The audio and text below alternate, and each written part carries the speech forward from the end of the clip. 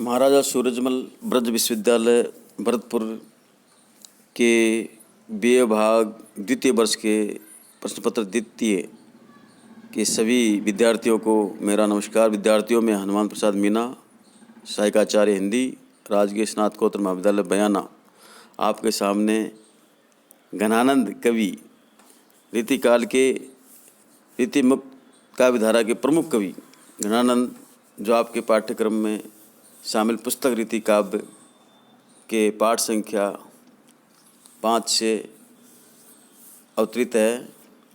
इनके हमें 9 और 10 छंदों की व्याख्या से प्रसंग करने जा रहा हूँ, जो इस प्रकार है। 9वां छंद है इनका, जो सवैया छंद में है, ब्रजभाषा है और इसमें गृहिणी गोपिका या वियोगिनी नायिका की प्रेम वेदना और उसकी व्यवस्था का बखान किया गया है, जो इस प्रकार है। ध्यान से सुने। अंतर हो कि दो अंतर हो, द्रग फार फिरऊँ कि अभागिन भिरऊँ, आग जरऊँ अकि पान परऊँ, अब कैसी करऊँ ये का विधि धीरऊँ। जो घन आनंद ऐसी रुचि तो कहाँ बस है हो, प्राणन पीरूँ पाऊँ कहाँ हरि हाई तुम्हें, धरनी में दसऊँ कि आकाश ही चीरूँ। प्रस्तुत पद्यांश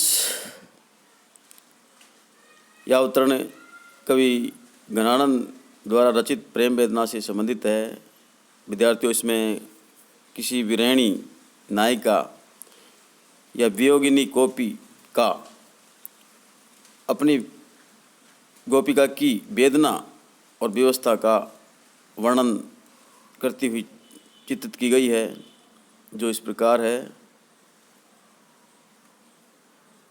कवि घनानंद के वर्णनानुसार कोई वियोगिनी नायिका कहती है या विरहिणी गोपिका कहती है कि हे प्रिय, तुम मेरे हृदय में हो या किसी अन्य जगह पर हो। अंतर यानी हृदय, अंतर हो कि दो अंतर हो, अंत यानी अन्यत्र। हे प्रिय, तुम मेरे हृदय में हो या किसी अन्य जगह पर हो, मैं तुम्हें देखने के लिए अपनी आंखें फाड़कर यहाँ वहाँ आपको खोजती फिरूं या अपने दुर्भाग्य पर रोती हुई भटकती रहूं।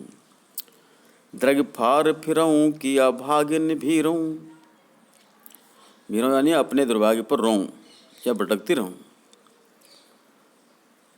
आग जरऊँ अकि पानी परऊँ, मैं आग में जल मरूं या पानी में डूब मरूं। अब कैसी करऊँ ही का विधि धीरूं, अब कौन सा उपाय करूं और किस तरीके से अपने व्यतीत हृदय को धैर्य बंधाऊं।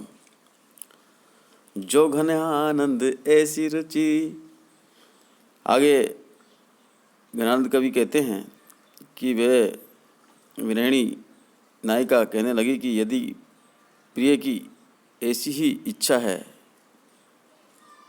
ऐसी रुचि, तो कहा बस है अहो प्राणन पीरूं। तो मुझसे दूर रहने या अदृश्य रहने की इच्छा है, तो इसमें मेरा क्या वश है। तो कहा वश है अहो प्राणन पीरूं, हाय अब तो विवश होकर मैं प्राणों को पीड़ित होने दूं। पीरूं यानी पीड़ित होना।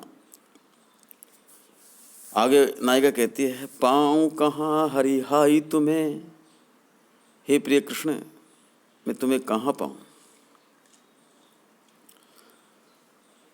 क्योंकि घनानंद का आराध्य देव कृष्ण है और यहाँ हरि कृष्ण के लिए आया है, और नायिका कृष्ण को पुकार कर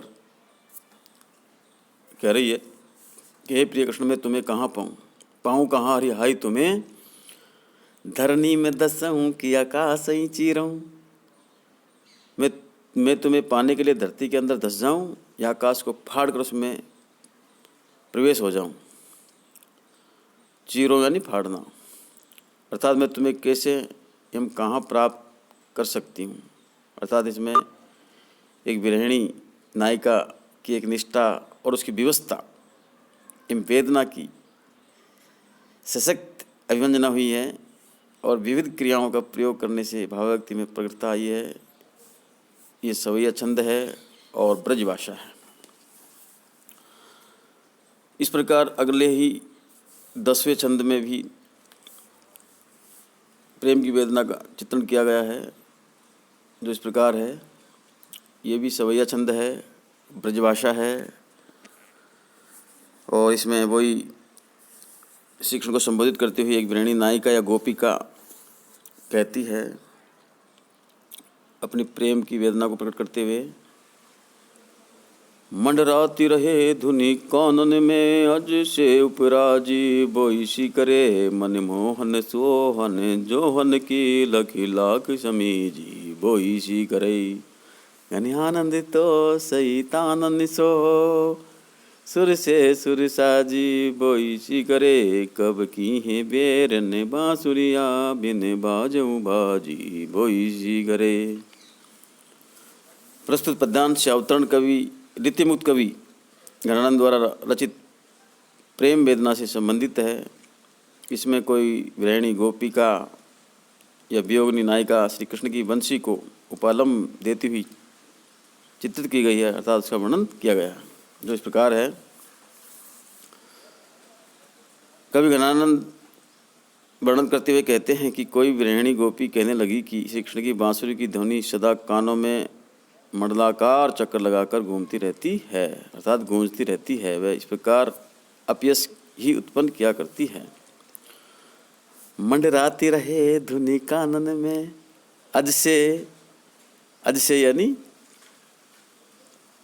अपयश, उपराजी बोईसी करे, अर्थात उत्पन्न करती है।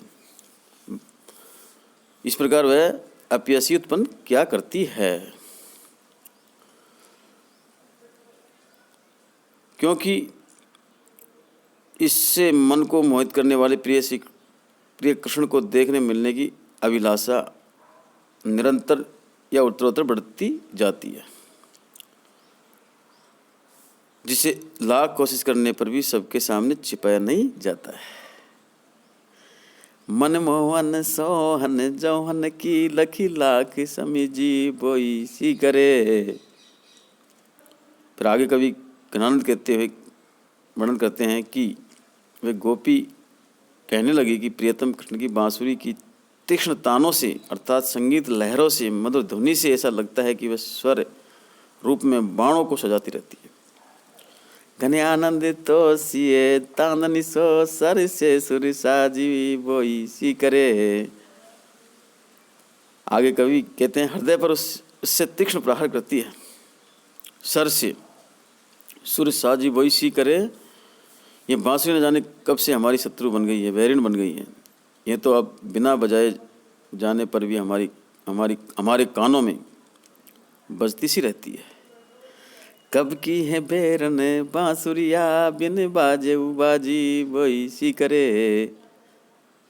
इस प्रकार कवि घनानंद इसमें श्री कृष्ण का बांसुरी से विशेष लगाव रहता है, इस कारण वे उसे निरंतर बजाते रहते हैं और गोपियों की ओर उस दशा में कम ही ध्यान देते हैं। यह स्थिति गोपियों को अच्छी नहीं लगती है।